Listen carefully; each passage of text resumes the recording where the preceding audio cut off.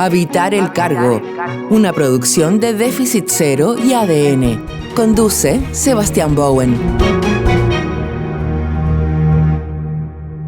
Bienvenidos una vez más a un capítulo de Habitar el Cargo Parlamentario, espacio donde podemos conversar con candidatos, candidatas al Senado, a la Cámara de Diputados de nuestro país sobre su historia de vivienda, barrio, ciudad, pero también sobre sus percepciones que hay, opiniones, reflexiones respecto a los desafíos que tenemos en materia urbana y habitacional hoy día en Chile. En el capítulo de hoy tenemos una persona que lo hemos querido tener en distintas ocasiones, porque ha estado en un lugar en el Parlamento privilegiado justamente para impulsar cambios y también para mirar la crisis habitacional que estamos viendo hoy día. Nos referimos a Juan Manuel Fuenzalida, diputado por el Distrito 5, si no me equivoco. Así es. Y que ahora vas a candidato nuevamente. ¿Qué periodo es? ¿Segundo, tercero? Tercero. Tercer periodo. Última reelección. Por el mismo distrito. Así que el distrito de 5 es el distrito de la región de Coquimbo. Completa. Bueno, ahí no vaya a explicar bien qué comunas son, porque son grandes. Muchas gracias, Juan Manuel, por estar hoy día acá con nosotros en Habitar el Cargo. No, gracias por la invitación, Sebastián. Feliz de estar acá. Aparte que es un tema que a mí me apasiona, que es el tema de la vivienda. Yo soy abogado de profesión y me especialicé en el tema inmobiliario, tributario y societario, que está muy relacionado con el tema de la construcción en general. Estuve a cargo del Centro Hipotecario del Banco Santander, entre Arica y Los Vilos, ¿ya? Así que me ha tocado conocer mucho el sector, pero en todos los ámbitos, y obviamente desde acá, desde este puesto que tengo ahora, que es de diputado, más en lo social y de cómo contribuir a un sector que para mí lejos es, creo que de lo más importante que puede tener un país. Yo siempre digo que puedes tener un muy buen sistema de salud, puedes tener un muy buen sistema de educación, cosa que no lo hay, ¿ya? Pero el no tener vivienda, el no cumplir el sueño de la casa propia, créeme que es lo peor que le puede pasar a una persona. O sea, eso de tener que juntar las lucas para el 5 para pagar el arriendo y no tenerlo, o estar de allegado, de tener que mirarle la cara al dueño o dueño de la casa. Yo siempre digo en los comités, tener que mirarle la cara al suegro, a la suegra, son cosas que no se lo deseo a nadie. Entonces tú puedes tener a tu hijo en un muy buen colegio, pero si no tenés tu casa, si no tienes tu hogar, ¿ya? La verdad es que difícilmente se generan las oportunidades para una familia, y por eso yo, bueno, en estos 2 periodos que llevo en el Congreso me la he jugado harto por el tema de la vivienda. En el primer periodo era más nuevito, entonces no cachaba mucho cómo funcionaba, cómo meterse. Pero en el segundo ya me puse más, claro. No puedo ocupar la palabra, pero dije, no, yo quiero vivienda, compadre, y estoy en vivienda, y logré ser presidente de la comisión, no porque hubiera un acuerdo administrativo, ya, a diferencia de las otras presidencias, sino porque mis colegas confiaron en mis conocimientos, confiaron en mis criterios, y por eso me eligieron presidente. No era parte de un acuerdo, a eso es lo que voy. Claro. Y estuve más de un año, a pesar de que eran 8 meses, estuve como 1 año y medio, y contento por lo que hemos hecho desde la comisión, y donde yo creo que desde hace tiempo que no se hacía participar a todos los actores de la comisión, en las discusiones de los proyectos. O sea, yo creo que hicimos una pega donde abrimos la comisión a los distintos actores con sus distintas posturas y sus distintas visiones, ¿ya? Y creo que eso marcó un sello también dentro de las leyes y los proyectos de ley que sacamos desde la Comisión de Vivienda, y que muchas veces nos tenían en vía desde el Senado. Claro. Bueno, vamos a conversar un poquito de eso. Yo decía al comienzo del programa que claro, nos ha tocado estar contigo en distintos espacios como Déficit Cero, ¿cierto? En seminarios, en la misma comisión nos han invitado un par de veces. Y ha contribuido mucho. Muchas gracias. Y también gracias por abrir ese espacio. Somos testigos de que efectivamente a los actores que nos interesa la temática se ha abierto el espacio para poder dar opiniones, presentar las reflexiones que tenemos respecto al tema. Y por lo mismo, era importante tenerte acá en Habitar el Cargo y poder conversar justamente contigo.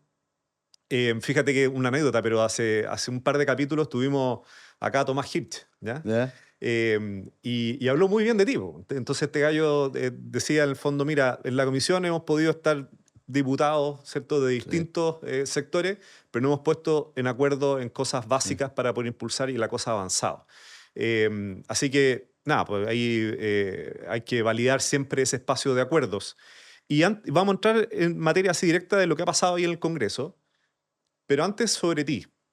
Entonces, todos hemos vivido en algún lugar. Sí. Y de ahí se forja de alguna manera las decisiones que uno va teniendo. Un lugar, tú mencionabas muy bien, ¿cierto? El tener un espacio que se sienta propio.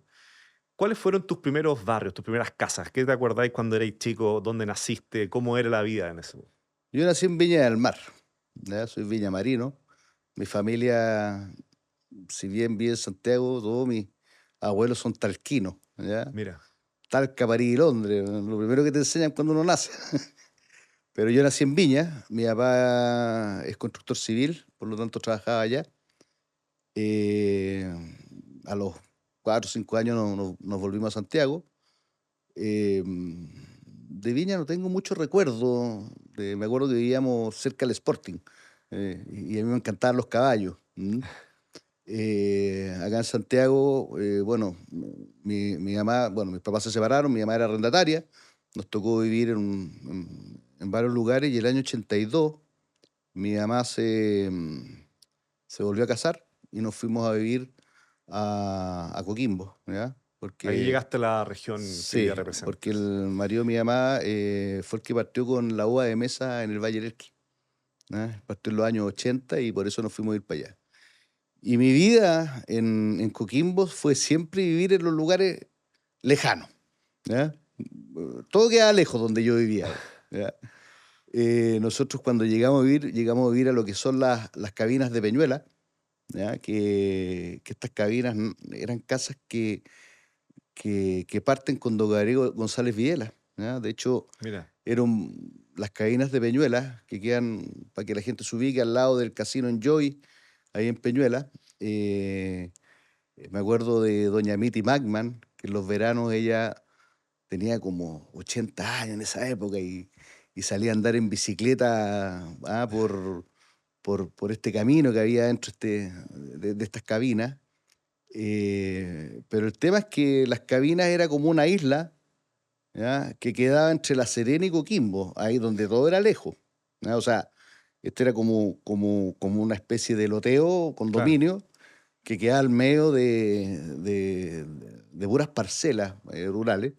Entonces, siempre era lejos, ¿ya? Tomar la micro era mucho rato para ir al colegio, mucho rato para ir al centro, ¿ya? Y yo siempre rescato mi experiencia en estas cabinas de Peñuela, eh, porque ahí yo aprendí, y después si quieres lo comentamos después, Sebastián, el tema de la integración social.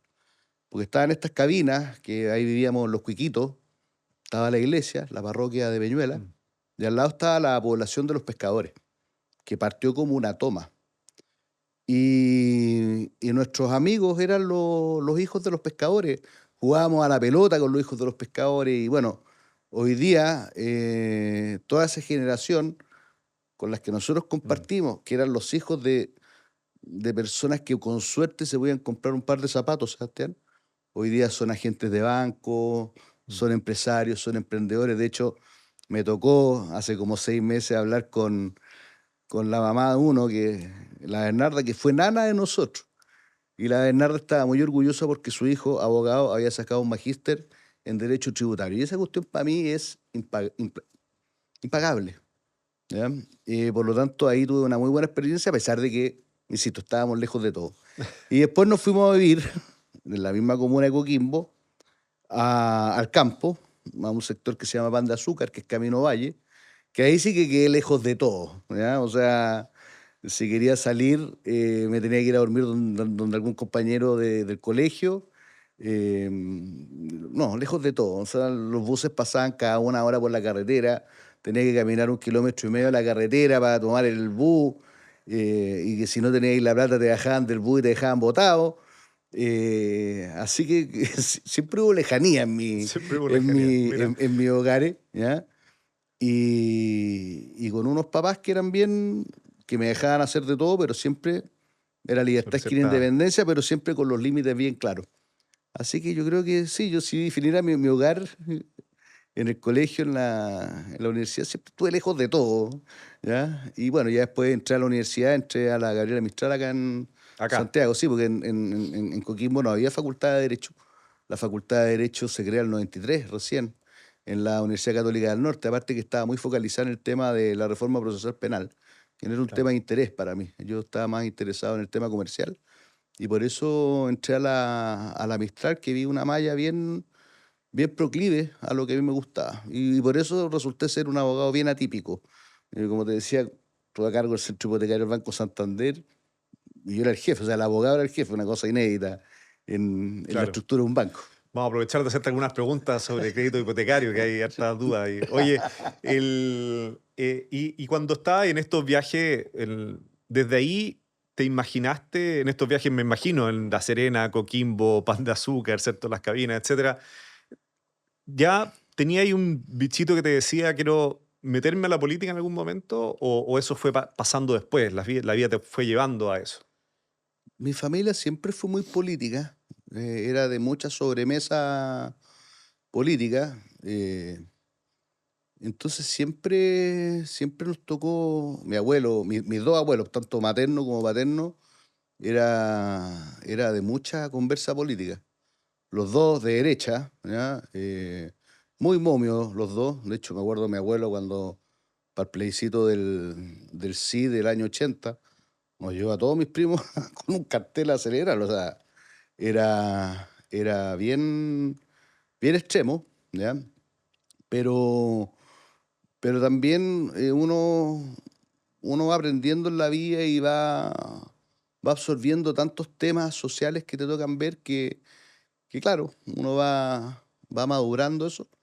Y sí, sí, yo creo que siempre me gustó la política, siempre tuve un bichito, pero más que el tema político, por el tema social. Mm.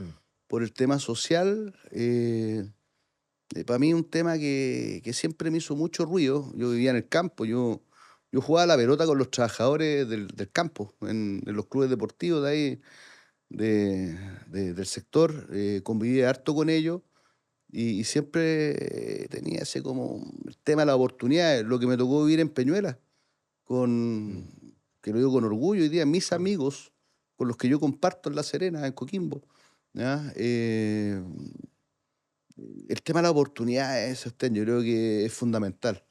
Y creo que mi experiencia de vida me, me ha llevado justamente a meterme en la política por ese tema de cómo generar más oportunidades para sobre todo los que no tienen la suerte de nacer en una familia acomodada. Y creo que ahí hay mucho que hacer y yo creo que por eso me metí en el tema de los Mm. comités de vivienda y entrar firme en sectores más vulnerables que, que muchas veces por oportunidades no logran desarrollarse. Y ese es como mi fin, mi fin último en materia política, más que la política en sí, ¿ya? Claro, está bueno. Y ese es mi foco. Claro, la política como un medio, en el Un fondo, medio, sí, para poder sí. generar un impacto Mm, social. mm, Y en ese sentido me ha tocado conversar acá con varios candidatos y candidatas, y uno escucha una motivación, ¿cierto? Que se repite, que es esta mm, idea como más de producir un impacto en la sociedad, producir un sí, impacto social en distintas perspectivas. Em, pero después uno ve el devenir del Congreso. Y te quiero preguntar a ti, en el fondo, porque es una pega como cualquier pega rutinaria, ¿cierto? De estar todos los días en un lugar, ¿cierto? De estar en las sesiones, participar, escuchar cosas que te interesan y escuchar cosas que no te interesan, probablemente. Tener que remar, ¿verdad? Encontrarte con harto hater, me imagino así, o personas que quieren remar para otro lado del sí. cual tú estás tratando de construir. Entonces, ¿cómo has sobrellevado de alguna manera? ¿No hubo un choque de expectativa al momento de entrar al Congreso? ¿Lo has podido gestionar? ¿Cómo se vive en el fondo entre ese ímpetu por querer producir cambio Y esta máquina que como toda institucionalidad es algo que puede ser a veces tedioso. Yo creo que es parte de la experiencia que uno va eh, conociendo en el Congreso. Al principio yo, o sea, con suerte abría la boca, ¿ah? Y ya era un hueón viejo. Como primero básico, así como Sí, lo... y era hueón viejo, o sea, yo entré Claro. con 48 años, oye, yo fui intendente de la región de Coquimbo, fui seremi de transporte, fui seremi de desarrollo social, o sea, eh, tuve buenos cargos en el sector privado, pero llegar a esta nueva experiencia, calladito, y aprendí. Y aprendí, yo creo que uno tiene que hacer que las cosas pasen, ¿ya? Em, y esto se puede hacer en la medida que generes también los consensos, la conversación. O sea, la política es el arte de lo posible. No es ir a ver, lo que uno ve desde afuera, los discursos en la sala, discursos incendiarios, discursos dirigidos a los nichos, ¿ya? A las barras bravas, Para la galería, digamos. para la galería. Pero la pega se da en las comisiones, se da en el cómo ir eh, amoldando las cosas. Me tocó trabajar mucho, bueno, con el Ministerio de Vivienda, obviamente, con el ministro Grau también, el tema de la permisología, ¿ya? Estando en veredas totalmente distintas. Trabajé mucho con Tomás Hirsch, ¿ya? O sea, uno puede decir, oye, ¿qué hace Tomás con Fuenzalía? Bueno, creo que podemos buscar los consensos porque el objetivo último está claro. Y yo creo que esa es la forma de trabajar, ¿ya? Y de hacer que las cosas pasen. Y obviamente que en un segundo periodo tú ya tenés más experiencia, ya puedes roncar más también, en el sentido de que ya sabéis cómo funciona este sistema que es un elefante blanco que cuesta integrarse. Yo lo que veo hoy día es un Congreso muy focalizado, algunos en los temas de prensa, en salir con cuña. No, yo estoy más focalizado en el trabajo, en hacer la pega, en conversar, en poner los temas sobre la mesa, en definitiva, ¿ya? Y así logramos sacar una ley, que es la ley 21.718, que a usted también le tocó participar, ¿ya? Donde parte de la región de Coquimbo, a propósito de una invitación que yo le hice a través del presidente de la comisión, que en ese entonces estaba Jorge Zafiro, que también fue un muy buen presidente, ¿ya? Y él es de demócrata, y con el que se pudo trabajar también. Invitamos a Daniel Mas, que era presidente de la Cámara Chilena de Construcción de la región de Coquimbo, a propósito de problemas que tenían muchas constructoras pymes de Coquimbo por el tema este del SEC, que se Claro. empezaba gradualmente empezaba a desaparecer. Expliquemos lo que es el SEC, el crédito El crédito especial. especial a empresas constructoras que permite estabilizar los precios y hacer rentable, en definitiva, Claro. el proyecto inmobiliario, sea DC49, sea DC19. Y invitamos a Daniel, bueno, y ahí Daniel me dijo, oye, ¿puedo hablar? Porque estábamos hablando de los famosos IMIV al principio, de los informes de mitigación de impacto vial, que se estaban demorando como 6 meses en aprobarse, el DESDE, y este famoso informe era requisito para poder pedir el permiso de edificación. Entonces, estas demoras estaban generando que todos los proyectos no se pudieran ingresar antes del 31 de diciembre de ese año, que fue el 2022, creo, Sí, el 22. y desaparecía el SEC y por lo tanto se caían todos los proyectos de vivienda social, lo que era dramático, ¿ya? Por lo menos en mi región, y creo que se replicó en muchas regiones este problema. Y ahí ya nos metimos en el tema de la famosa permisología en materia de construcción, y si bien esta ley no es la panacea, sí, pero derribó un muro muy importante en materia de permisología y en materia de entender que las inmobiliarias y las constructoras son un socio del Estado para cumplir el objetivo de terminar con el déficit de vivienda, y no que las constructoras y las inmobiliarias, como me pasó en el periodo anterior, en el primer periodo, lo único que están haciendo es lucrar. Eso, yo creo que derribamos ese mito, Sebastián, y que que no era menor. Y te digo porque yo presenté un proyecto de ley en el primer periodo a propósito de lo que nos estaba ocurriendo con el plan regulador de La Serena, que hay un sector, que es el sector de Serena Golf, que se discutía si era inundable o no. Y eso, que es un sector que queda al norte de la ciudad, o sea, estamos hablando de cero impacto en la ciudad en sí. Mm. Era lo que tenía trancado todo el nuevo plan regulador. O sea, nos demoramos 12 años por esta discusión, si era inundable o no era 12 años. inundable. Entonces yo presenté un proyecto de ley que decía, en lo no observado por Contraloría, que se tenga aprobado el resto. Estamos hablando del centro de La Serena, estamos hablando del sector de las compañías, que es el sector más popular de La Serena. Viven 80.000 personas ahí, el sector de la Florida. Y el plan regulador está estancado. Y el plan regulador es transporte, salud, es deporte, es toda la organización Claro. de la comuna. Y me acuerdo que el entonces presidente de la Comisión de Vivienda, el señor Winter, me dijo, no, que tú... Casi que yo era corrupto porque estaba presentando ese proyecto que beneficiaba a la inmobiliaria. Entonces, ya creo que con la ley 21.718, que sacó mucha grasa del sistema, logramos derribar un muro no menor y entender que las constructoras son el socio que necesita el Estado para combatir el déficit habitacional. No hay que inventar la rueda en esto. Y por lo menos ahí ya derribamos un muro ideológico. Tuve el agrado de poder invitar a Carol Cariola cuando ya aprobamos la ley a un seminario para que ella, como presidenta de la Cámara de Diputados, abriera este seminario y decir que esta era una ley que había nacido del Congreso, que después se sumó el Ejecutivo, obviamente, porque no tenemos muchas de las indicaciones requerían facultad, era una facultad exclusiva del Ejecutivo. Y fue un agrado ver a Carlos Cariola del Partido Comunista, ¿ya?, hablando de reactivación económica, hablando de lo importante que son las inmobiliarias para derrotar el déficit de vivienda, hablar de la generación de puestos de trabajo, hablar de la inversión que genera un proyecto inmobiliario y también hablar de que estos puestos de trabajo no necesariamente van asociados a un título profesional o un título técnico, sino que también viene mucho de estos oficios, el ser enfierrador, el ser pintor. Son oficios que aprenden, que el abuelo se los traspasa al hijo y este hijo al nieto.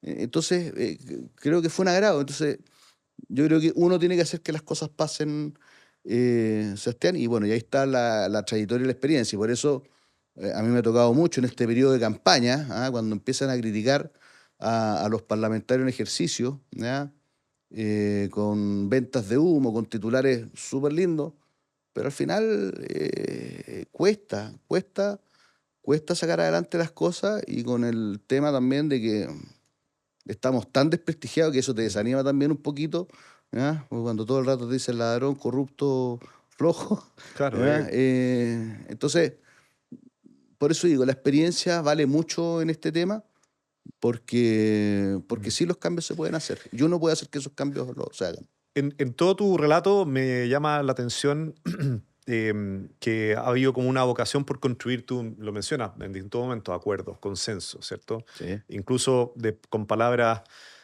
muy positivas frente a personalidades que están en la otra vereda política de tu propio partido. Y bajo esa perspectiva uno puede ver que hoy día, en torno a los temas de crecimiento, en torno a los temas tú mencionabas, de permisología, incluso en algunos elementos de seguridad y también en elementos más sociales, uno puede ver que se va construyendo un cierto acuerdo un poco más transversal. Pero al mismo tiempo uno percibe que hay actores que de alguna manera también polarizan, ¿ya? Desde tu sector incluso uno puede ver ese tipo de voces en el fondo. ¿Te preocupa eso? ¿Ves que hay forma de sumarlos en este mancomunado acuerdo? ¿O cómo estás viendo desde el punto de vista político eso? Yo creo que la polarización no es buena, ¿ya? Yo te contaba al principio que yo vengo de una familia momia, como decían. Tengo súper claro mis principios, pero la política es el arte de lo posible. Yo tengo súper clara mi postura, por ejemplo, en el tema del aborto, pero yo le puedo decir a Maite Orsini que piense como yo en el tema del aborto. Ella tiene una postura totalmente distinta. Por lo tanto, creo que si bien ya está resuelto el tema con las 3 causales, uno tiene que tratar de llegar a consenso. Aquí las leyes tienen que ser para todos, no para un sector. Y ya vimos durante los 2 primeros años de este gobierno, porque yo diría que tuvimos el gobierno A antes de la Convención Constitucional y tuvimos el gobierno B cuando la derrota fue aplastante y Chile le dijo, oiga, ¿sabe qué, compadrito? No nos cambie el modelo que hoy día tenemos. Queremos correcciones, sí. Y yo tú lo veo con Matías Walker, que estábamos los dos en contra de este mamarracho constitucional, pero obviamente eso no significa que estemos de acuerdo en todo y tenemos diferencias, y viva la diferencia, ¿ya?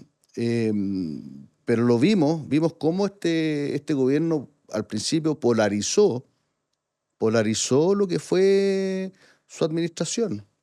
Lo polarizó en el tema de lo que ocurre en la Araucanía, oye, lo polarizó con la entrega de ¿cómo se llama?, las pensiones de gracia para los que participaron en el estallido delictual para mí, porque el estallido social para mí fue otra cosa, ¿ya? Fuese como, oye, nosotros también queremos participar del desarrollo, eso es, ¿ya? Que fue el grito de la gente en materia de pensiones, en materia de oportunidades. Y así fueron muchas cosas. Polarizó, enervó. Y yo creo que Chile no resiste otro gobierno más polarizado, ¿ya? Porque nosotros tenemos que, o sea, nuestro objetivo tiene que ser el desarrollo, y ese desarrollo tiene que ser económico, tiene que ser un desarrollo social y tiene que ser un desarrollo cultural. Si no, no hay que perderse en esto. Y ahí lograr los consensos. Yo lo hice, a mí me tocó con un proyecto de ley que yo presenté, que si lo hubiera presentado en el periodo anterior me habrían ya, pero tratado de corpesca. Me trataron de corpesca, eso sí, en la primera sesión. Y en la comisión logramos los consensos. Y a pesar de que un sector, en la primera votación en la Cámara de Diputados, que fueron los republicanos, votaron en contra, el proyecto cuando volvió al Senado fue votado por unanimidad. O sea, se logró. Claro. Y yo creo que ese es el camino que tenemos que seguir. Aquí no nos perdamos. Chile necesita desarrollarse. Y con el desarrollo económico, social y cultural, vamos a llegar a ser un país de primer nivel, como estuvimos encaminados en algún momento, hasta antes del estallido delictual, que yo lo separo del estallido social, que fue toda esta insurrección que vimos en distintos lugares del país. Y no hay que perderse en eso y tratar de imponerle al otro tu ideología porque tenéis más votos en el Congreso. Para mí no sirve, puede ser la dictadura de las mayorías, ¿ya? Que no contribuyen, que son cosas del momento, pero que no se piensan en el futuro. Y uno como legislador tiene que pensar en 30, 40, 100 años. No podéis pensar en el momento, que es lo que hoy día está ocurriendo en el Congreso. Hay un incendio porque no había un extintor, ley de extintores. Hay un atropello que lo hizo un adulto mayor, ley no sé cuánto. Claro. Y las instituciones funcionan con un ritmo un poquito más de mediano plazo, digamos. Obvio, si sacar una buena ley es una discusión profunda. Es una discusión que se tiene que hacer, insisto, a futuro. Mira nomás lo que ha pasado con la ley Karim, ¿ya? La ley que este adulto mayor que atropelló a una persona que querían eliminar, ¿no es cierto? ¿O para qué hablar con los retiros? Otro ejemplo, claro. Bueno, el retiro que hoy día tiene condenado a varias generaciones a no poder acceder a un crédito hipotecario. Los retiros, que yo los voté en contra, todo, y fui muy criticado. A mí me pegaban en la feria, po. Me bajaron de un Uber mira, una vez. votaste en contra de todo eso. Eso Sí. fuiste una Y en una región, excepción. y en una región de centro izquierda, ¿ya? Pero preferí morir con las botas puestas. Yo conocía el tema. Oye, inflación, vamos a matar el crédito hipotecario. Y lo matamos. Lo matamos por la responsabilidad. ¿Ya? Amigos que me llamaban, amigos que eran emprendedores que se fueron a la cresta con la pandemia. Ni te digo lo que me decían por teléfono. ¿Ya? Oye, de tu madre, hijo de... No, compadre, no puedo. Y hoy día ellos mismos me reconocen. Oye, lo que saqué lo he pagado 8 o 10 veces más. Y eso, bueno, es fundamentalmente para que quienes nos están escuchando también puedan compartir tu reflexión. Los créditos hipotecarios, que finalmente son préstamos a largo plazo, ¿cierto? La tasa de interés de esos créditos hipotecarios, que define el Claro, dividendo que tú obvio, estás pagando, depende de los ahorros que Chile tiene. obvio. Porque también son a largo plazo. Y justamente lo que sucedió con los retiros es que sacaste parte de esos ahorros, lo cual hace que por lo tanto haya menos plata disponible para los préstamos a largo plazo, como los créditos hipotecarios, por lo tanto aumenta el dividendo y genera una Y cierta el riesgo. también el riesgo y genera una sensación de riesgo que hace, aunque se recupere esa cantidad de ahorro, como ha pasado este último tiempo, de todas maneras, quienes tienen esos ahorros dicen, chuta, no sé cuándo va a volver a venir un retiro, entonces me tengo que mantener Obvio. ciertos recursos al respecto. Entonces, yo comparto contigo, yo creo que es muy relevante para los créditos hipotecarios justamente la capacidad de Chile de ahorrar en el tiempo. Hagamos un escenario ficticio. ¿Ya? ¿Ya? Y ¿A digo dónde? ficticio porque por distintos lados puede ser poco probable, pero te lo voy a tirar igual. Imagínate tú no salís diputado, ¿ya? Por eso te digo ficticio, ¿ya? Si juguemos. Imagínate no salís diputado. Imaginémonos que sale presidenta Evelyn Matei, ¿ya? Candidata de tu partido. Y que ella me metió en todo esto. Y que ella te metió en todo esto. El Y ella dice, 2010. oye, Juan Manuel, aprovechemos que no estés diputado, tenés mucha experiencia, has participado, súmate al gobierno, ¿ya? No pongamos el cargo, qué sé yo, pero en cualquier ministerio y ministerios asociados a los temas que estamos conversando, ciudad, vivienda, barrio, ¿cierto? Y dado que mencionaste el estallido social como una distinción del estallido delictual, yo creo que detrás de este estallido social hay mucho también de un estallido de una suerte habitacional. O sea, Todo el rato. tal vez no fueron marchas al centro de las ciudades, pero fueron marchas a los cerros de las ciudades en muchos lugares que se instalaron finalmente ahí a vivir en tomas, campamentos y después todo lo que viene, ¿cierto? La ausencia del Estado, Una parte. mafias que entran, una parte, La otra parte fue por culpa de los 10%. claro, y que se suma con la liquidez que permite Mm. acceder a eso. A la Entonces, segunda a la vivienda. segunda vivienda. Y además viene todo el tema de los loteos más brujos, ¿cierto? Sí. Compra-venta de terrenos que son falsos, en verdad, que están estafando a personas. Pero dan cuenta de una crisis habitacional generalizada de dificultad de acceso a la vivienda. Que si bien requiere cambios graduales, como lo que estamos conversando, también requiere algunos cambios estructurales. ¿Cuál ves tú que cuál dirías tú, oye, si yo entro a ese gobierno, cuál es el cambio estructural que voy a impulsar? Me gustó, bueno, yo participé en la elaboración del programa. Uno que creo que es bien importante, el pie cero, para los jóvenes de 25 o 40 años. ¿En qué consiste el pie cero? Que te vamos a financiar el pie, ¿ya? De vivienda hasta 4.500 UF. ¿Ya? Y creo que no es inventar la rueda, es hacerla girar. Que un poquito recuperar, dado esta situación de riesgo, recuperar lo que ocurría antes. Pues hasta en todo el 2005 te podías comprar una casa con 100% financiamiento. ¿Ya? O sea, firmáis la promesa, te evaluaban que tú no sobrepasaras, ¿no es cierto?, el 25% de tus ingresos en deuda y tú podías acceder a una vivienda. ¿Ya? Eso un poquito es el concepto del pie cero. ¿Y por qué entre 25 y 40? Porque son las generaciones que hoy día están condenadas a ser eternos arrendatarios. Y tú los ves, esos cabros, oye, se compran tremendos autos de repente con estas compras inteligentes. Oye, la casa, no califico. Claro, el auto pasó a ser como eso que Claro, aspiro, oye, digamos así. y tú veías que estábamos saliendo de la pandemia y todos estos cabros, bueno, en todos los restaurantes, porque perdieron la opción de optar a un crédito hipotecario. Entonces, oye, ¿en qué me gasto mi plata? Bueno, consumo. Corta. Bueno, eso es lo que queremos recuperar, por ejemplo, creo que es una muy buena alternativa el tema del pie cero. Yo creo que lo que hay que reponer urgente es el SEC. ¿Ya? O sea, no hay que perderse en esto.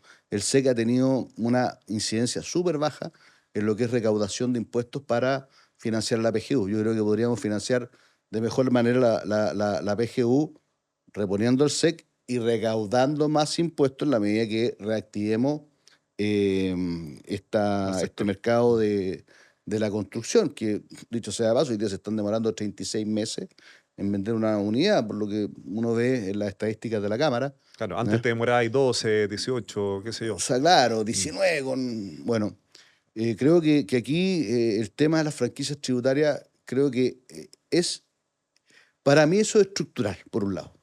¿Ya? Eso es para reactivación.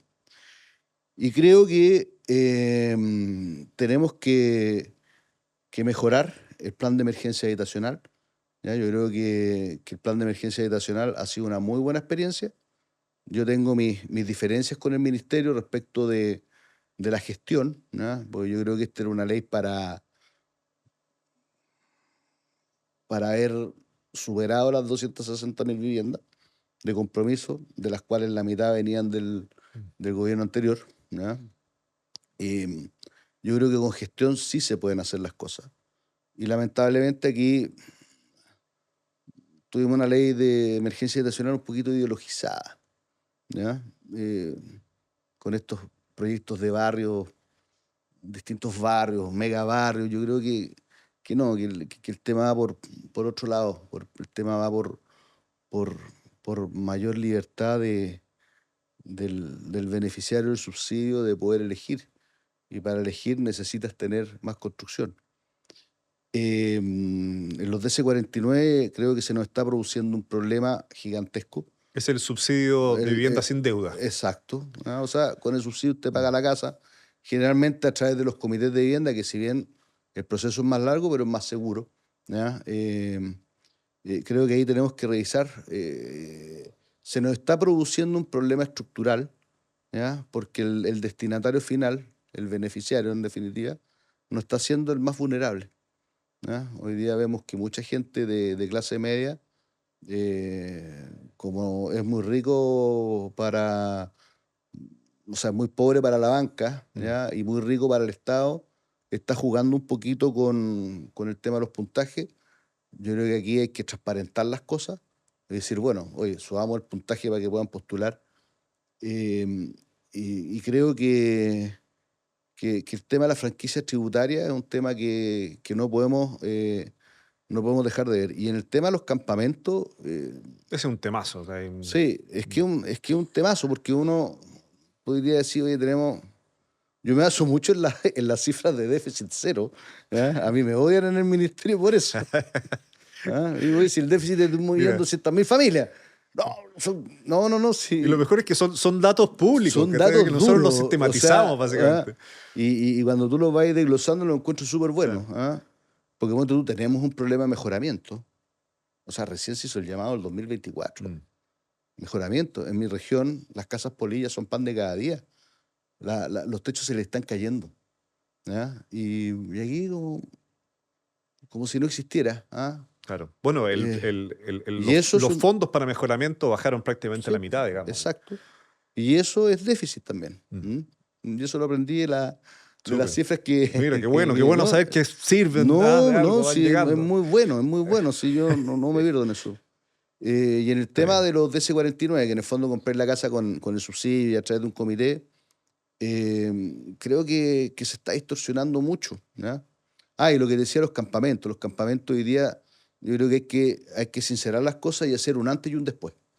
¿Ya? Un antes del campamento de verdad, de la gente que efectivamente no tenía, y un después que está asociado a temas de negocio inmobiliario, entre comillas. Claro. Está asociado a temas de organizaciones criminales que están operando en esos sectores. Está asociado a gente que encontró en eso un nicho económico, ¿ya? Porque muchas de estas tomas corresponden a familias con segunda vivienda, ¿ya? O sea, ya sacaron el subsidio, arrendan la casa y compran estos derechos de la infraestructura que está encima de este terreno que está tomado, ¿ya? Y creo que hay que transparentar esas cosas y hay que ponerse rojo una sola vez, ¿ya? Para trabajar realmente. Hay una experiencia súper buena en Antofagasta, que es la que ustedes trabajaron con esta toma, que perfectamente se podría replicar, ¿ya? O sea, las experiencias están, aquí falta la gestión. Fíjate que es interesante ese punto que dices, porque lo que distingue, a mi juicio, ¿cierto?, a los campamentos de antaño con los de hoy día, es que, por decirlo de alguna manera, el 80% de los campamentos de hace 30 años tú podías más o menos identificarlos con la siguiente tipo de características. Eran campamentos más o menos organizados, altamente vulnerables, un porcentaje mayoritario de chilenos, ¿verdad? Y que sobre todo querían salir de ahí. Entonces Sí, se construían viviendas ligeras, ¿verdad? No querían exacto, estar en el campamento, querían más bien tener una vivienda formal a través del subsidio. Entonces, a través del DS-49 y los comités de vivienda, tú tenías una solución que iba orientada exactamente. a ese perfil de Mm, familia. Pero hoy día los campamentos son mucho más diversos. Al interior del campamento y afuera. Hay gente que quiere quedarse ahí, se construye sobre radier o una vivienda prefabricada, gente altamente vulnerable, gente más de sectores medios, ¿cierto? Mezcla de nacionalidades también, en alto grado, y al mismo tiempo una perspectiva de que hay gente que en realidad quiere estar ahí y no quiere la solución que eventualmente el Estado o el mercado podría ofrecer. exacto. Entonces, un primer paso, lo comparto altamente contigo, en el fondo, lo que tú estás diciendo. El primer paso es hacer una rápida operación de identificar a toda la Exacto. población que está en ese lugar y aquellos que no quieran ser identificados, ¿verdad? Bueno, muchas veces son justamente los que dan miedo al interior de los campamentos. Y por lo tanto te permite hacer una suerte de separación y por lo tanto entrar con distintos tipos de estrategias, no solamente habitacionales, de seguridad social, Con etcétera. todo, Así que comparto eso. Juan Manuel, preguntas para ir cerrando así. ¿ya? Está entretenido. Sí, si tuvieras que estuvierais viviendo en un condominio, de nuevo, vamos a las cabinas, ¿cierto? Y estáis ahí en el loteo este. Dime tres o dos parlamentarios o parlamentarias que no sean de tu partido que te gustaría que fueran tus vecinos. Buena pregunta. Mira, me llevo bastante bien con Tomás Hirsch, ¿no? Eh, creo que sería entretenido estar con él. Aparte es picota, ¿ya? Así que voy a picanearlo. Otro parlamentario. Mira, hay una de mi región, que es la Carolina Tello, ¿ah? Que también la encuentro bien asequible, con la que puedes conversar, ¿no? Yo creo que con ellos dos, y son los dos del Frente Amplio, ¿ah? Mira, interesante. ¿Ya? Vamos a hacer un asado entonces. Sí, Oye, pero qué belleza. Tú sabes que Tomás Hirsch dijo cuando le hice esta pregunta que su vecino le gustaría que fuera Juan Manuel Fuenzalía. mira, Vamos a hacer un corazón ahí. Oye, para ti la diferencia entre una casa y un hogar. es que la casa es el cemento y el fierro. El hogar es la vocación que te dan tus papás, es el convivir, el hogar es la sobremesa, el hogar es tener tu espacio para estudiar, para hacer tus cosas, para tener tu privacidad, para tener tu libertad, ¿ya? La casa es fierro y cemento. Ponte tú, yo tenía, a mí me pasa, yo tenía un departamento en la avenida Costanera, yo era socio de una inmobiliaria y cuando salí electo diputado me retiré y me pagaron con ese departamento. Nunca lo sentí hogar, siempre lo sentí casa, ¿ya? Eh, Sentía más mi hogar, la casa de mi mamá en Pan de Azúcar, ¿ya? O siento más mi hogar lo que tuve que arrendar ahora que mi hijo entró a la universidad. Pero ese departamento siempre lo sentí como Mira. la unidad para...